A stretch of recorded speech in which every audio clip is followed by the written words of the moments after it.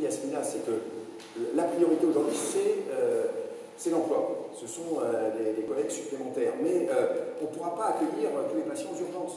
Donc la question, ce n'est pas l'hôpital, c'est le système de santé. Tant qu'on ne remettra pas le système de santé qui s'organise autour des deux principes qui sont le service public et un financement intégral par la sécurité sociale, on ne s'en sortira pas. C'est-à-dire que les dysfonctionnements majeurs de notre système de santé aujourd'hui, c'est la mixité publique-privée.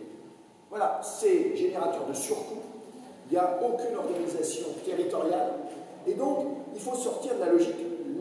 La santé ne peut relever du secteur marchand. Or, en France, nous avons un système mixte. On n'a jamais été jusqu'au bout des préconisations du programme du Conseil national de la résistance. On n'a jamais eu la sécurité sociale intégrale, on a conservé les assurances maladie complémentaires et on a conservé un système libéral et les cliniques privées. Il faut savoir que la France est le pays d'Europe où la part du secteur privé de l'hospitalisation est la plus puissante. Et alors, si on prend ce qu'ils appellent l'orgueil des EHPAD, c'est une catastrophe. On a vu qu'une partie de la mortalité dans les EHPAD était due justement au manque de personnel et à cette gestion marchande, puisque l'objectif n'était pas d'améliorer la prise en charge des personnes âgées, mais c'était d'augmenter les dividendes.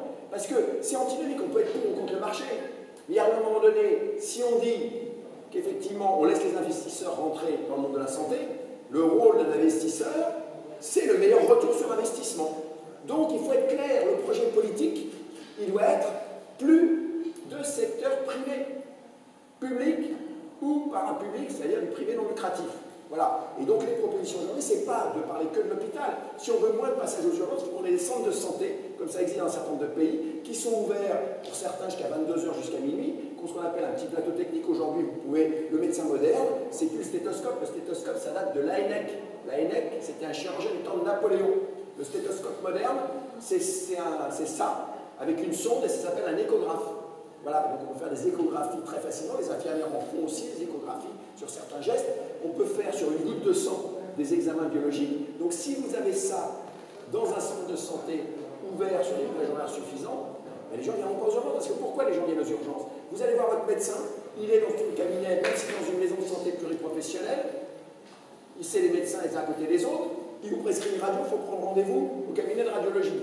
Encore, il faut trouver un cabinet de radiologie. Il faut prendre rendez-vous pour la prise de sang au centre de biologie. Vous venez aux urgences, même si vous attendez 6 heures, vous avez tout sur